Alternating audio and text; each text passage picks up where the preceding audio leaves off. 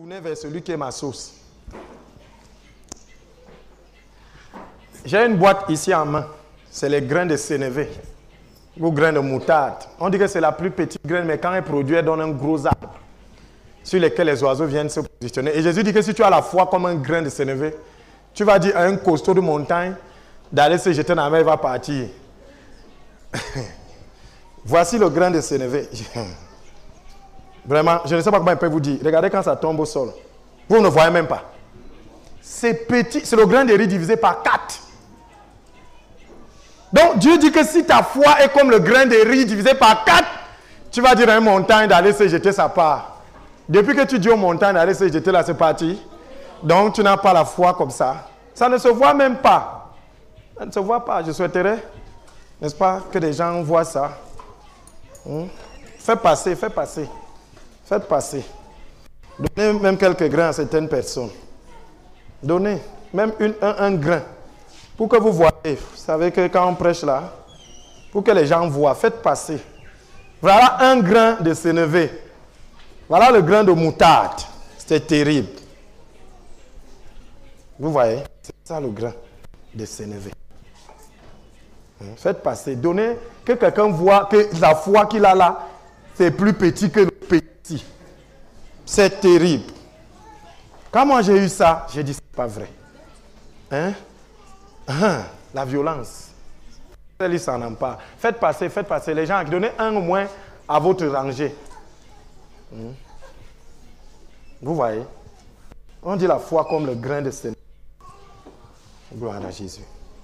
Je te donne cette foi-là comme ça au nom de Jésus. Faites passer, faites passer. Faites passer. Le protocole. Faites passer. Vous voyez le grain de sénévé. C'est arrivé chez quelqu'un.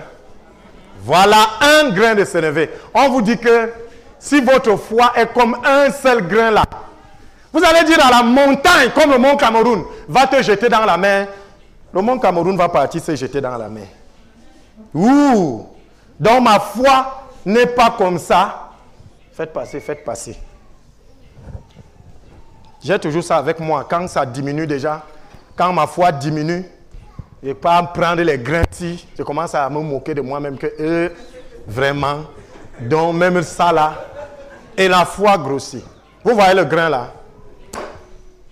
Vous voyez ça? C'est même Jésus, je crois qu'il n'a pas une parole aussi dure que celle-là. Il dit que si ta foi est comme ça, tu vas dire à la montagne de partir. Et nous connaissons les montagnes que nous avons. Les montagnes d'échecs, les montagnes de ceci, les montagnes de maladies. Tu ne peux pas dire à la montagne d'aller se jeter tout simplement parce que ta foi n'est pas comme le grain que tu as en main. Bien aimé, dit erreur. Je sors avec la foi ce matin.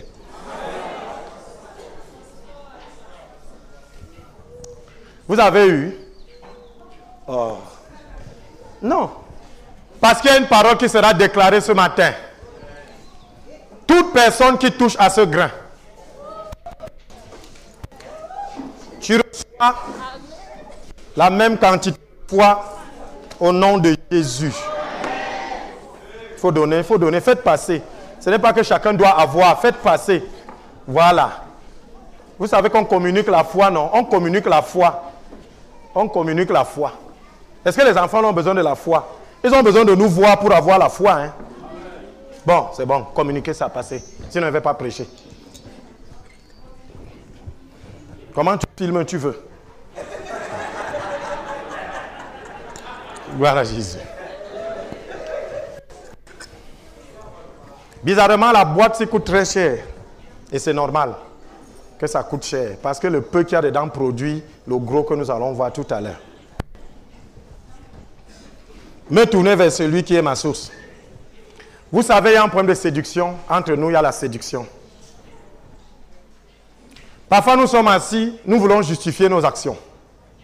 C'est-à-dire qu'on s'assied là, on dit, OK, on dit de donner, moi, je n'ai que 10 000. Sur les 10 000, si, sur les 1 million, si, bon, si je donne tout, qu'est-ce qui va se passer? Et c'est là que tu commences à échouer. Je vais poser une question. Qui a déjà récolté les semences ici?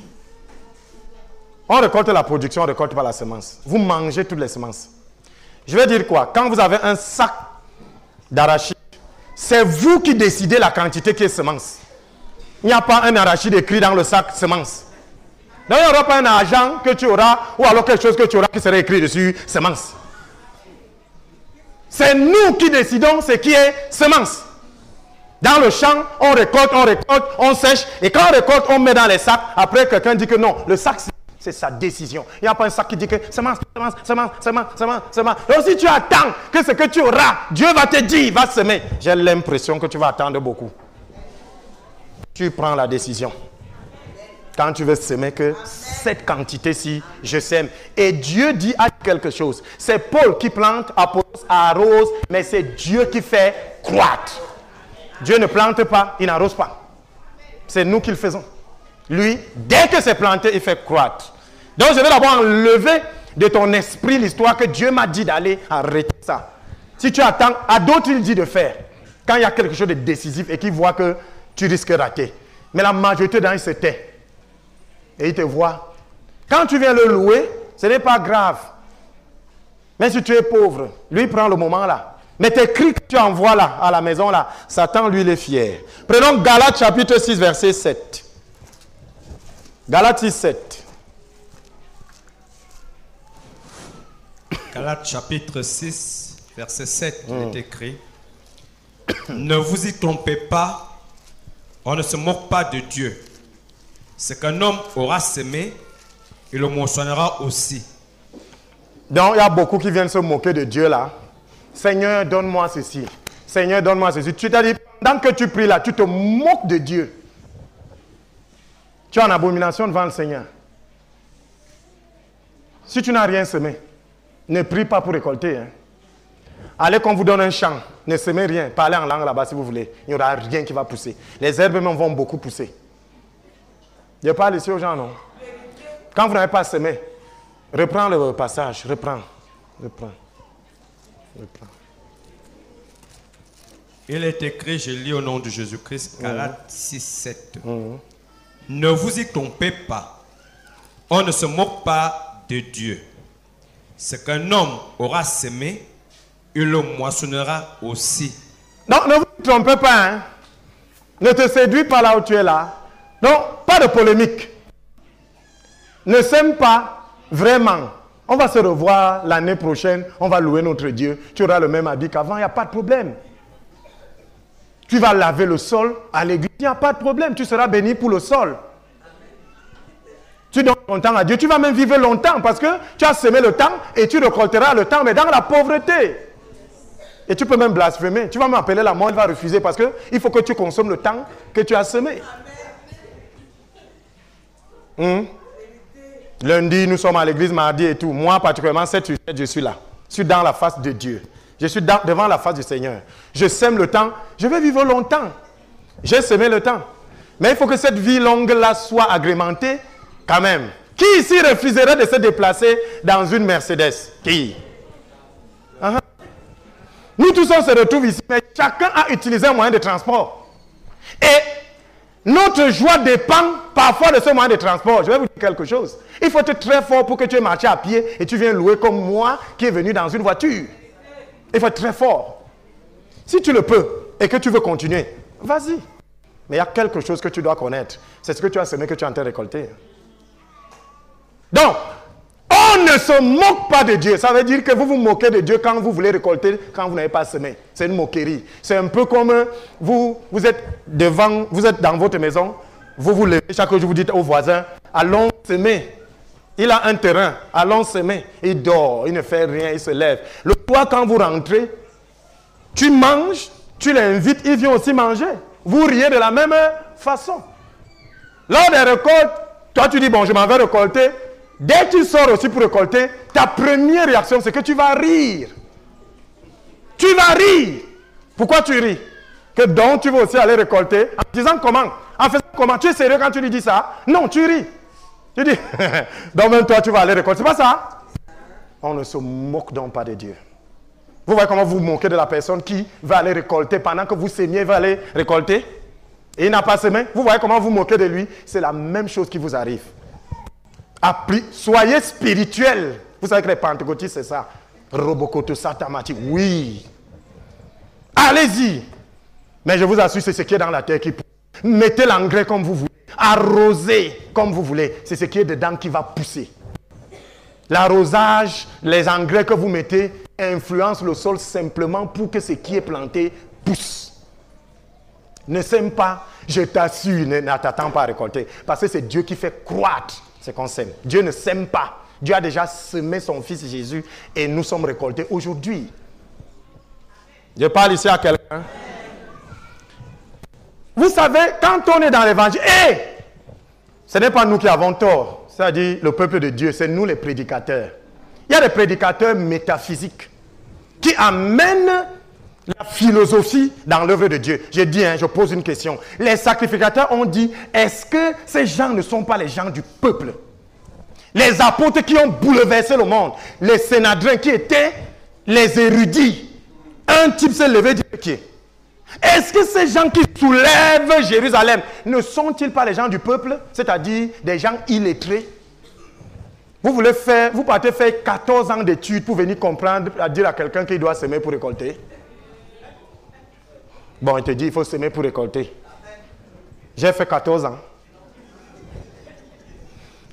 C'est tout simplement pour compliquer cette histoire. C'est pour compliquer ça.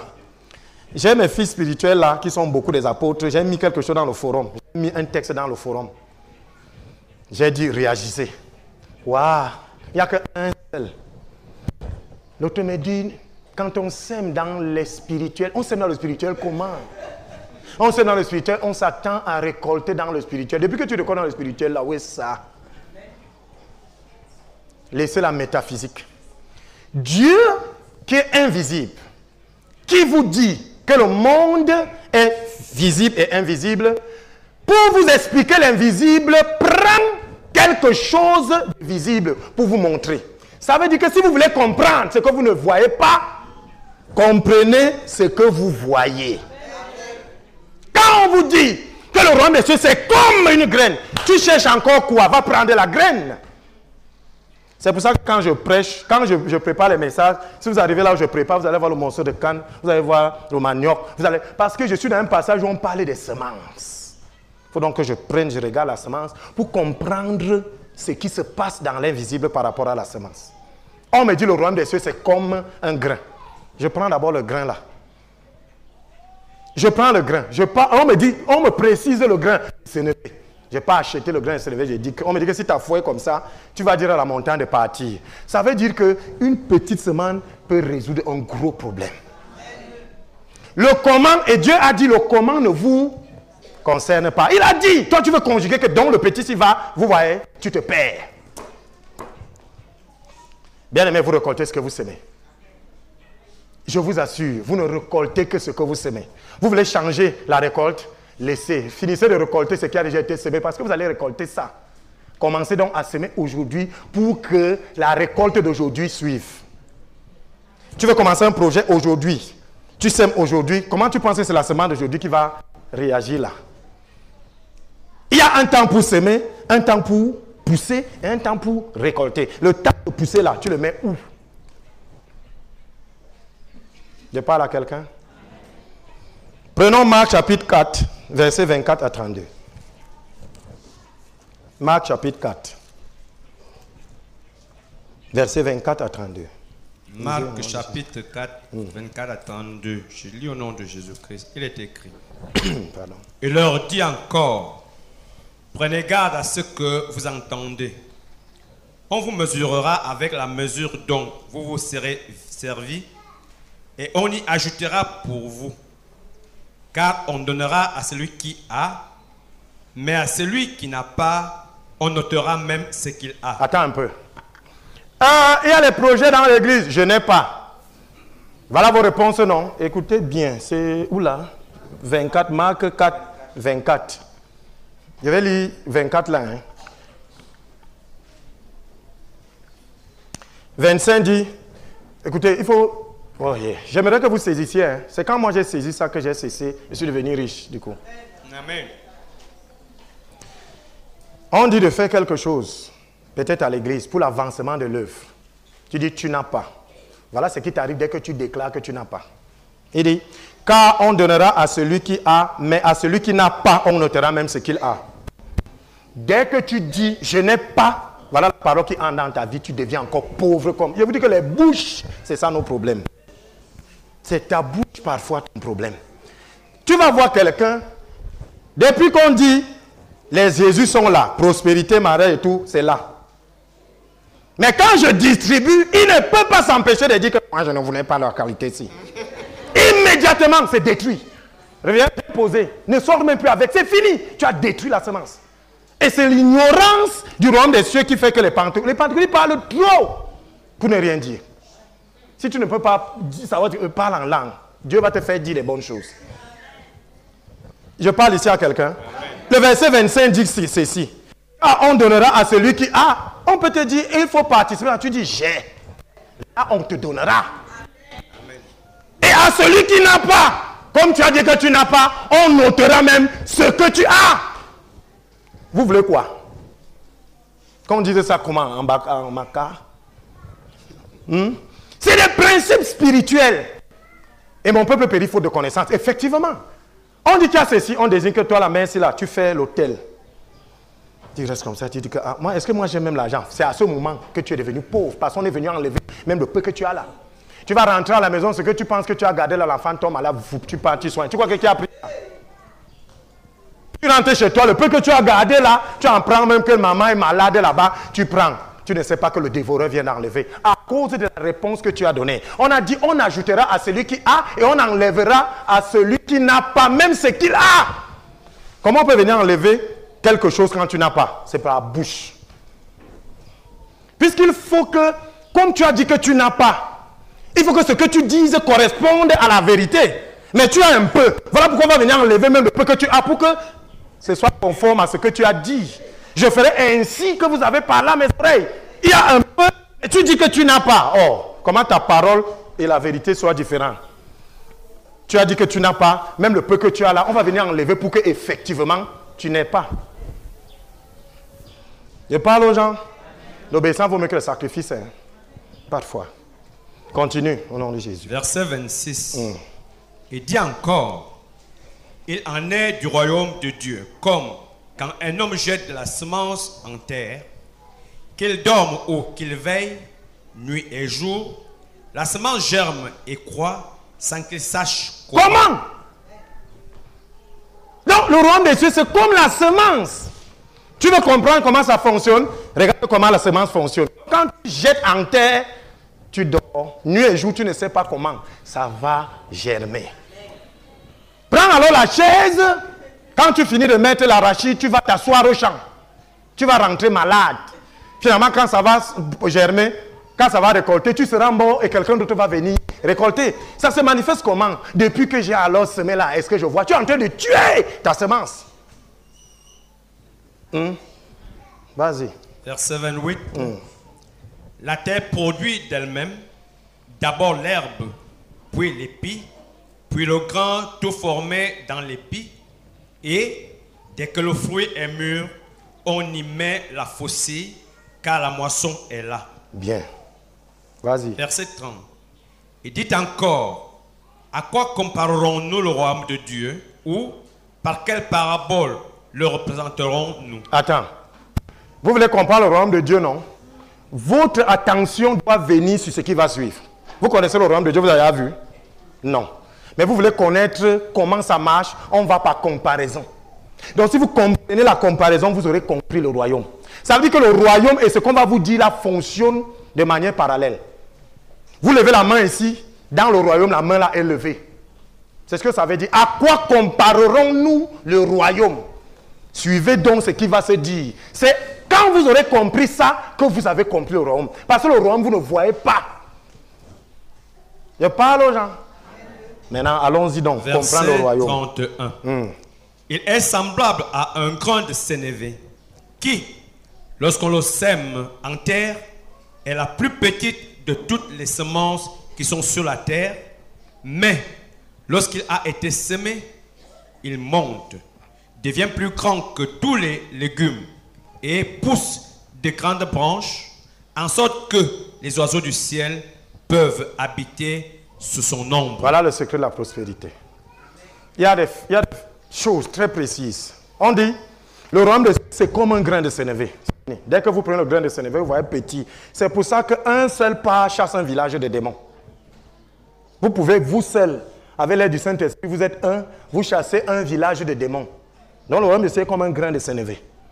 Ça veut dire que dans le royaume de Dieu, le plus petit dans le royaume de Dieu est plus grand que Jean-Baptiste. C'est ce qu'on a dit ici la dernière fois.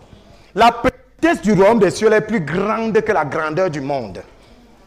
Je parle ici. Alors, on te dit, si tu veux comprendre le royaume des cieux, c'est la graine de sénévé. Je vous ai donné ça là. On dit c'est une graine qui se met en terre, fait pousser un arbre et les oiseaux du ciel. Ça veut dire que la semence relie la terre et le ciel. Ah, ils n'ont pas compris. On n'a pas dit les oiseaux de la terre. Il y a les oiseaux de la terre, les poulets. Mais il y a les oiseaux du ciel, les aigles. Le jour où vous voyez un aigle à terre chez vous, faites attention. Ou il est mort, ou il fait quelque chose qui n'est pas bien. Il calcule les poussins. L'endroit naturel d'habitation des oiseaux du ciel, c'est l'arbre. Je parle à quelqu'un? Donc quand la semence est semée en terre, toi qui es sur la terre, tu sèmes la semence en terre, il fait pousser un arbre et c'est les oiseaux du ciel qui se posent sur cet arbre-là. Je parle ici à quelqu'un? Il y a deux genres d'oiseaux. Il y a les oiseaux de proie et les oiseaux du ciel. Les oiseaux de proie, c'est les malédictions. Les oiseaux de proie, pour les attirer, il suffit de jeter la nourriture au sol. Ils vont venir au sol. La malédiction n'est pas dure. Hein. Fais un petit truc là, tu seras maudit en sortant-ci. Mais pour attirer les oiseaux du ciel, qui sont la bénédiction qui vient de Dieu, il faut qu'il y ait un arbre. Ils n'atterrissent pas à terre. Il faut un arbre. Et cet arbre-là, c'est un petit grain que tu sèmes sur la terre et ça pousse et ils viennent se poser dessus. Conclusion, bénédiction égale présence de l'arbre. Et présence de l'arbre implique semence. Vous voulez que les oiseaux du ciel viennent se poser dans votre cour? Il faut qu'il y ait l'arbre. Si tant qu'il n'y aura pas l'arbre, je vous assure, ils vont se poser dans la cour des gens. Et regardez bien une cour, il n'y a pas les arbres. Les oiseaux gendarmes là font les bruits là, tu es tranquille parce qu'il n'y a pas d'arbre. Si ta cour est vierge, vide, il n'y a que les herbes, ils ne viennent pas. Ils vont faire les couic là ailleurs, là où il y a les arbres. Et quand tu vas voir les oiseaux gendarmes venir se poser, c'est parce qu'il y a le maïs qui traîne au sol. Et c'est les gens de petites bénédictions. Est-ce que chaque jour tu jettes le maïs au sol? Non. C'est pour ça que parfois quand tu ne sèmes pas, tu as quand même des petites interventions de temps en temps là, quelqu'un te bénit un peu. Bon, un oiseau un peu dérapé, il est venu prendre ce qu'il a vu au sol. C'est pour ça que de temps en temps, tu peux être béni lundi, tu as un petit truc qui marche, tu appelles ta cousine, elle te donne un petit truc. Un enfant de Dieu qui marche sur le hasard, sur le bon vouloir de quelqu'un, maudit soit celui qui met sa confiance en l'homme. Donc pour que moi je sois béni, il faut que toi tu sois content. Ça, c'est quand tu n'as pas d'arbre sur ta cour. Écoutez-moi très bien. Pour que les oiseaux gendarmes viennent se poser sur toi, naturellement, les oiseaux gendarmes sont sur l'arbre, la personne qui a l'arbre sur sa cour. Il n'a pas besoin d'efforts. L'effort, il a déjà semé et ça a poussé, les oiseaux viennent se poser. Toi qui n'as donc pas d'arbre, c'est le jour où tu jettes par hasard le manioc dehors. Pas pour les attirer, tu as juste jeté parce que tu en avais marre. On parle de couscous de maïs, non? Donc tu as mangé le couscous de maïs chez toi. Tu ne peux pas manger tout. Le reste, en lavant les assiettes, tu as pris, tu as versé. C'est là où quelques 2 ou 3 voient et ils viennent se positionner. C'est là où tu vois les oiseaux là chez toi. Tu vas verser le reste là chaque jour comme ça.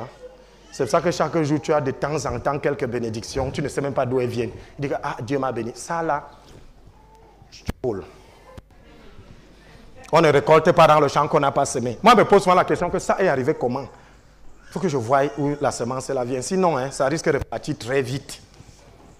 Je parle à quelqu'un. Vous voulez récolter quelque chose, je dis bien quelque chose. Vous devez l'avoir semé. Je dis vous le semez. Ne vous y trompez pas, on ne moque pas de Dieu. Ne vous moquez plus du Seigneur que vous demandez à récolter où vous n'avez pas semé. Ne vous y trompez pas. Ce n'est pas un problème de religion, c'est une loi. C'est pour ça que vous allez voir, quand un parti politique que je connais veut les voix, ils viennent vous donner à manger. C'est pour que ils vous récoltent.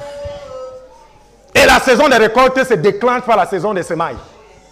Tant que tu ne vas pas déclencher ta saison de récolte, c'est ton problème. Il n'y a pas un temps pour récolter que Dieu a fixé. Moi, la preuve est que pendant qu'une personne naît aujourd'hui parce qu'il a été ensemencé depuis 9 mois, une autre meurt parce qu'il vit depuis 100 ans. Oh. Est-ce qu'il y a une saison où tous les hommes meurent? Non. Est-ce qu'il y a une saison où tous les hommes naissent? Non. C'est la semence qui déclenche la récolte. Donc, pendant que toi, tu es content parce que tu récoltes, quelqu'un peut être fâché parce qu'il ne récolte pas. Demande-lui simplement, tu as semé quand? Donc, c'est la semence qui déclenche la récolte. Donc, ta pauvreté, tu veux l'arrêter? Ce matin, déclenche ta semence. Je parle à quelqu'un. Prenons Matthieu chapitre 17, verset 20. Matthieu 17, 20. Je lis au nom de Jésus-Christ, il est écrit. C'est à cause de votre incrédulité, leur dit Jésus. Je vous le dis en vérité, si vous aviez de la foi comme un grain de sénévé, vous diriez à cette montagne, transporte-toi d'ici là, et elle se transporterait. Et rien ne vous serait impossible. Alléluia. Chacun d'entre nous, c'est une montagne, non? Chacun d'entre nous, c'est une montagne, n'est-ce pas? Montagne de la pauvreté, là, c'est la plus commune des montagnes. Dieu dit donc que si tu as la foi comme un grain de sénévé, il y a un appareil pour mesurer la foi. On ne peut qu'aller par comparaison. Donc tu prends le grain de sénévé. Si tu as la foi comme un grain de sénévé, tu diras à cette montagne quitte. Si ta montagne c'est donc la pauvreté, le grain de sénévé ici, ce sera quoi? La semence. Donc si ta semence est même petite comme un grain de sénévé, la grosse montagne qui t'empêche d'avancer là, tu vas dire dégage. Tu vas dire de dégager. Regardez comment la pauvreté bloque. Même l'œuvre de Dieu est bloquée par la pauvreté. Hein? Pour aller évangéliser, on puise ça dans le puits? Non. On a besoin des finances. Et le Seigneur m'a dit quand je priais l'autre une fois que tu veux que j'envoie la monnaie du ciel? Tu peux utiliser la monnaie du ciel sur la terre. C'est un faux billet. Vous voulez que l'argent vienne comment? Qui peut me montrer l'argent qu'il a ici? Un billet. Seuls les violents et les rapides s'en emparent.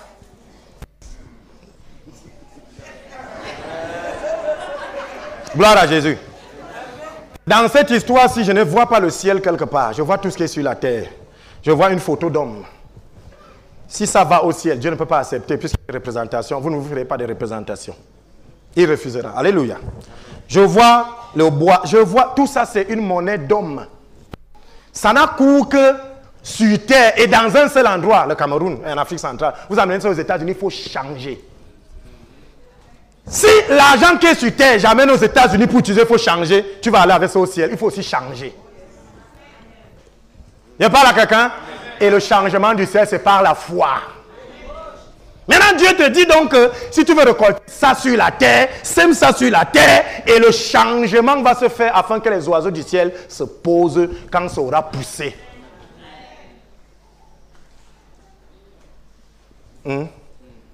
Si tu as la foi comme un grain de sénévé, tu diras à la colline là, va te jeter dans la mer. Presque tout est impossible chez les enfants de Dieu. Et je comprends maintenant pourquoi un jour le Seigneur me dit, je voulais un stade. On était à Konolinga. J'ai dit à Dieu que je veux le stade pour évangéliser. Le sous-préfet met le veto. Manger. Je viens avec mes galons, je commence à les pousser. Effectivement, c'est mon propre frère qui a bloqué. De l'Est, même famille. J'étais obligé de le bypasser pour aller chez le sous-préfet qui m'a dit que, hé, prenez. Mais après, Dieu m'a dit, qu'est-ce qui t'empêche d'avoir le stade? Prends le stade là, Seigneur. Je commence à déclarer. Tu sèmes quoi, les déclarations? Tu sèmes les déclarations? Pour avoir le... Tu récoltes le stade là, tu as semé quoi? Maintenant, on va faire les campagnes d'évangélisation. Et ça m'a pris. Ça m'a attrapé ici. On est allé ici en Kolafamba, 2,5 millions, 3 jours. On a déplacé la logistique ici, on a acheté les trucs, on est parti. Une seule personne est venue à l'église. Pourtant, il y a eu les gens qui ont été convertis, ils sont allés ailleurs. Je commence à dire à Dieu que moi, c'est fini l'affaire là. Je ne mets plus mon argent. Dieu dit mais. Mais. Le son n'était pas bon. J'ai dit le son était bon. On a coupé le courant, on n'a pas coupé. Les mamans qui partaient, arrivaient non? Oui. Il y a eu l'accident en route? Non.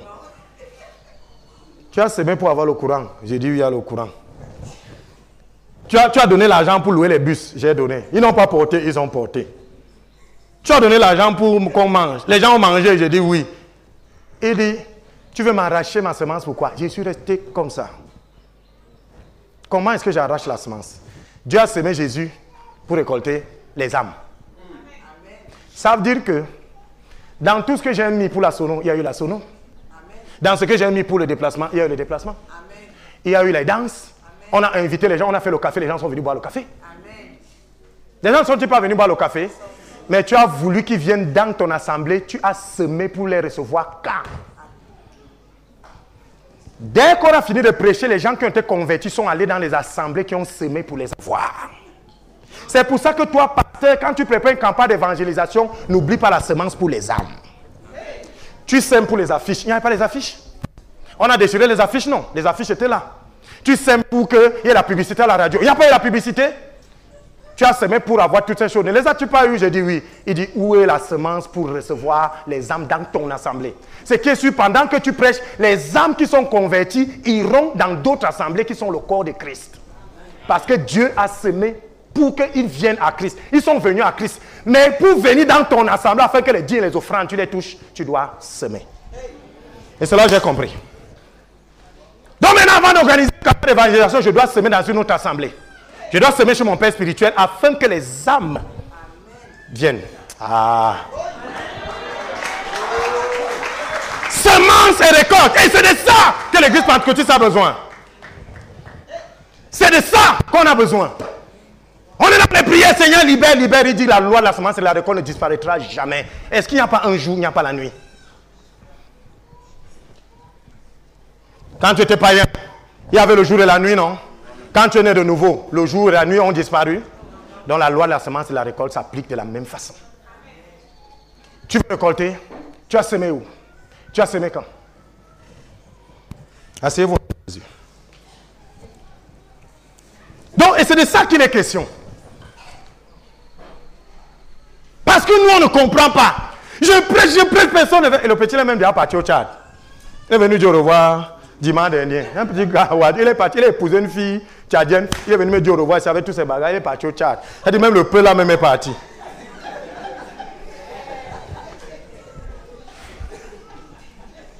Yeshua, Shukran. C'est là où je suis resté bancal. J'ai dit, c'est pas vrai. C'est pas possible, Seigneur me dit que tu n'as pas semé pour les âmes. Tu as semé pour te faire voir. Tu as semé pour que ton message soit reçu. Mais moi, j'ai semé pour ces âmes. Et n'y a-t-il pas eu des gens convertis? J'ai dit oui. Il dit que alors, où est mon problème? Pourquoi tu me blâmes? Il dit, mon Dieu, je ne te blâme pas. Il dit, chaque campagne d'évangélisation, tu sèmes pour tout ce que tu veux qui se passe là-bas. Sème aussi pour le spirituel. Alors, les gens spirituels vont intervenir. Aujourd'hui, le mariage, c'est un problème pour toi. Tu récoltes quoi là? Tu as semé ça quand? Hein? On va voir comment on sème ça. Donc c'est grave. C'est dangereux dans l'église pentecôtiste aujourd'hui. Et c'est normal parce que nous sortons des cousins chez qui on donne les subventions. On leur donne les subventions. Mon ami, il y a les jeeps en plastique. On dit qu'il y a le vœu de pauvreté, mais ils montent dans une voiture avec le plastique. Quelle pauvreté. Il y a deux genres de choses, il faut bien comprendre. Quelqu'un peut avoir le même habit, mais il n'est pas pauvre. Vous connaissez Mobutu? Mobutu avait toujours le même habit. C'est-à-dire un abacoste et la cape du léopard avec une canne. Même couleur. Ce n'est pas parce que c'est la même couleur que c'était le même habit.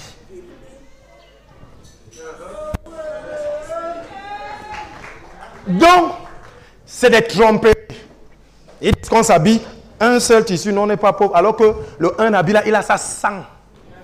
Et il porte chaque jour pour vous dire que la pauvreté est un vœu. Pardon? Alors qu'ils mangent le lapin à midi. Alors qu'ils ont des voitures avec le plastique. Et les pentecôtistes tombent dedans. Moi je dis tout, je prêche. Pendant que l'affaire du nord-ouest, qu'est-ce que je dis, du nord et sud-ouest a déclenché, on faisait les prières œcuméniques au Cameroun. Même nous, dans l'armée, on a fait les prières. Mais quand il s'agissait d'amener nos militaires prier dans une certaine chapelle, on est parti avec l'argent qu'on a donné. On les subventionne. Hein. C'est pour ça qu'ils peuvent se contenter des pieds de 25 et ils font de ça une doctrine. Quand nous mettons le même pied d'égalité, on va voir. Quand une assemblée pentecôtiste sort de terre, c'est plus puissant qu'une autre assemblée parce que ça, c'est la sueur des gens. Et les gens se basent dessus pour dire que et les autres là, on ne demande pas là-bas. Ah bon? Où les richesses, on voit donc. Ceux qui sont là-bas, on les délivre ici et ils partent là-bas. Et parle ici à quelqu'un, non?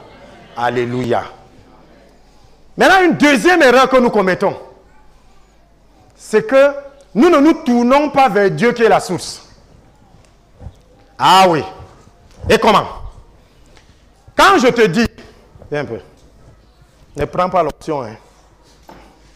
Alors, quand je dis à ma fille, si tu es guérie au nom de Jésus, assieds-toi. Et qu'elle sort, est-ce qu'en route, elle va s'attendre à ce qu'un médecin prenne la piqûre, il lance à distance, pipe.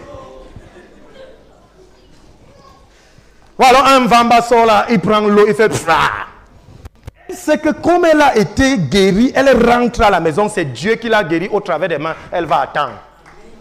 Mais maintenant, quand on te dit reçois la prospérité, tu ne t'attends pas à Express Union. Attendez.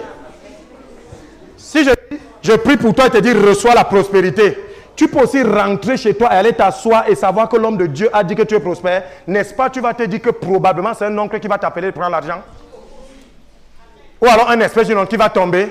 Vous espérez dans ces oncles qui sont capables de vous donner quand l'homme de Dieu a dit, alors que la guérison, vous espérez que c'est Dieu lui-même. Voilà deux sources différentes.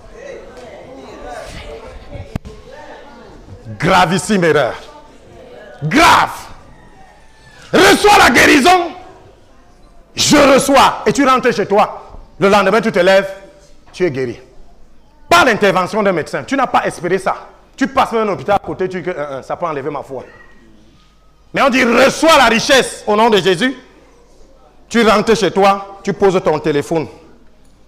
Tu restes tranquille. Dès que ça sonne un peu, tu bondis si c'est Orange Money. Tu as bondi si quand tu as reçu la guérison, tu as vu. Et pourquoi quand tu veux recevoir l'argent, tu veux voir? Dieu m'a dit que tu dois enlever une personne dans le processus. Amen. Dans la guérison, c'est un être humain qui est dans le processus. Le pasteur, lui et lui seul. Dès qu'il t'impose les mains, c'est lui seul que Dieu veut utiliser comme être humain. La deuxième personne, c'est un ange que tu ne vois pas qui vient avec la guérison. Parfois. Mais dans la richesse, vous mettez deux. Le pasteur qui a prié pour toi et celui qui doit venir te donner. Enlève une personne. Enlevez une personne. Cessez de croire aux hommes. Et c'est ça le problème avec les pentecôtistes. Votre source en ce qui concerne la prospérité, ce n'est pas Dieu. C'est le grand frère qui est ceci. C'est la tante qui est ceci. C'est le petit frère qui est ceci. Que quand il va venir, le vont s'arranger. Voilà votre source. Ce n'est pas Dieu. Vous espérez en quelque chose qui va se débloquer. Et c'est pour ça que Satan passe seulement et bloque. Il te dit que espère alors on voit. Et tu es tombé. Tu commences à être aigri à l'église. Dieu ne le touche même pas. Je ne suis pas ta source. Que ceux qui sont ta source te donnent. Vous pensez que Dieu a un moyen de vous bénir un seul par ton oncle, ta tante? Comme la dernière fois qu'on avait déclaré que tu es prospère après avoir semé, c'était une ancienne dette qui était revenue. Tu pars fouiller comme l'homme de Dieu a dit que tu es béni. Qui me doit? Tu mets leur nom. Tu dis que probablement un va m'appeler. Personne ne va t'appeler. Voilà l'erreur que nous commettons. Nous mettons notre confiance dans les hommes à ce qui concerne la prospérité, mais nous mettons notre confiance dans Dieu à ce qui concerne la guérison. C'est pour ça que plus de personnes sont guéries que prospères. Comment je dis ici, reçois la guérison, n'en parlons pas si le Saint-Esprit te saisit là. Quand tu sors, tu sais que c'est bon. Des fois, immédiatement, c'est bon parce que tu as la foi que si Daddy me touche, je guéris. C'est ça, non? Effectivement, dès qu'il te touche, tu es guéri. Parce que ta foi vient de Dieu qui passe par lui parce que tu as été témoin. Mais la guérison, la prospérité, tu viens, tu sèmes. Il te dit, reçois la prospérité de Jésus. Quand tu vas rentrer là, tu vas te dire que peut-être que cette fin du mois-ci, on va augmenter mon salaire. Peut-être que avec qui j'ai donné l'argent, les prêts là, il va m'appeler. Peut-être que tu vois trop de peut-être et quand tous ces peut-être partent, il dit que je n'ai pas récolté. Tu as déclaré et tu ne récolteras pas.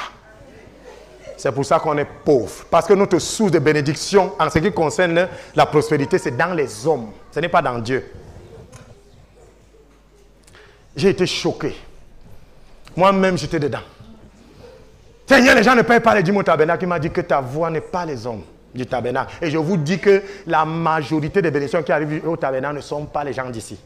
Quand j'ai cessé de mettre ma source dans les hommes. J'ai fait même souvent quand on finit de donner les dîmes ici, là, des gens arrivent là et disent que tu n'as pas le taxi. Je prends devant toi là, je te donne pour dire que ce n'est pas ma source là. Ma source c'est Yeshua HaMashiach.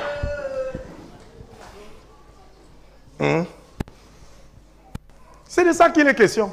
Changer de source. Changer de source de bénédiction en ce qui concerne la prospérité. C'est Dieu, votre source. C'est même Jésus. C'est Jésus. Parce que Dieu là, c'est ton Dieu. Après le femme là, ça peut être un serpent qui vient vomir. Là, c'est ton Dieu là-bas. Nous, on parle de Dieu des cieux. Yeshua HaMashiach. Et Dieu m'a aussi dit, vous ne reconnaissez pas que tout vient de moi. Est-ce que vous savez que quand vous ne payez pas votre dîme, ce mois-là, vous ne reconnaissez pas Dieu? Vous saviez ça? Genèse 14, 19, 20.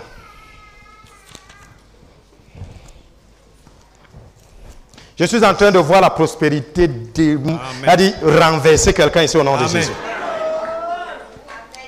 Genèse 14, 19 à 20, il est écrit, je lis au nom de Jésus.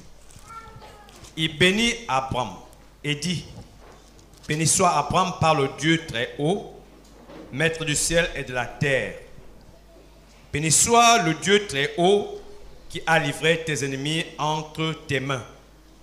Et Abraham lui donna la dîme de tout. Abraham n'est pas venu pour donner la dîme. Il ne venait pas pour ça. Je parle aux gens. Parce qu'avant Abraham, personne n'avait payé la dîme pour dire qu'il venait donner la dîme. C'est quand on a évalué ce qu'Abraham a donné qu'on a constaté que c'était la dîme. Il y a une différence. Je parle ici aux gens. Abraham n'est pas venu, il a compté, il a dit que voici la dîme. Non. Mais quand la bénédiction est sortie, il s'est retourné, il a dit je ne peux pas laisser ça comme ça.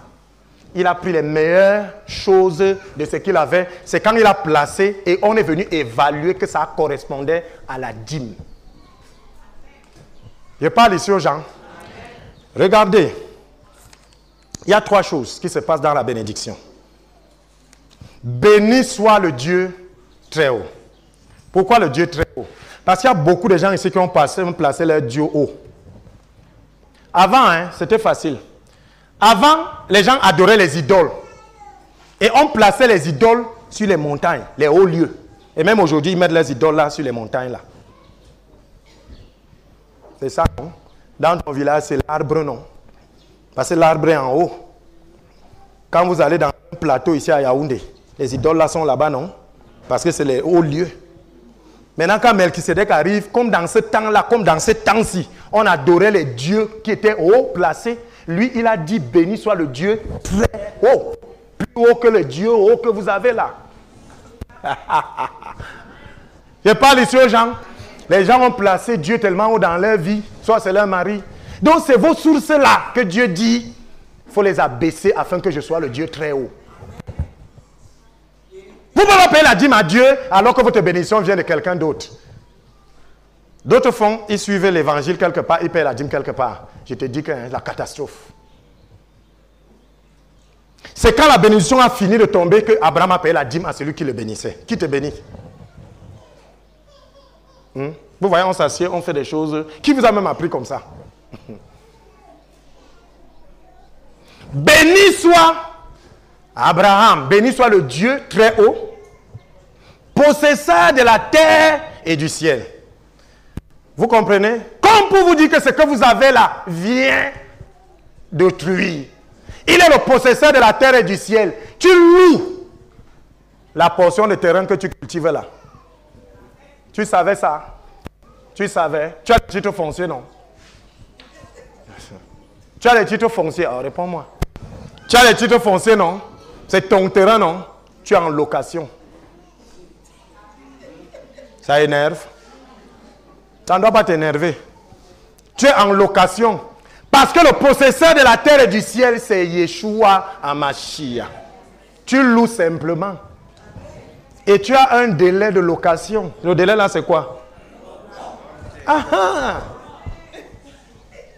Pourquoi tu te bats donc jusqu'à tuer les gens pour une location? N'est-ce pas que chaque fois qu'un bailleur te dérange, tu déménages? Pourquoi alors tu tues les gens pour la location? Béni soit le Dieu très haut, possesseur de la terre et du ciel. Possesseur de la terre et du ciel. Ça veut dire que pour payer la dîme, il faut reconnaître que ce que tu as là, tu n'as qu'emprunté. Qu'est-ce que tu as qui ne t'a été donné? Tu connais le processus, comment faire pour faire pousser la tomate? Mais ma tomate, oh Dieu dit, il n'a rien compris. La tomate du Seigneur, qu'il m'a donné de vendre, et quand tu vends, tu viens lui rendre sa part. Donc, venir donner la dîme de Dieu, c'est reconnaître que ce que tu as lui a. Pourquoi tu voles donc chaque mois et tu vas être prospère?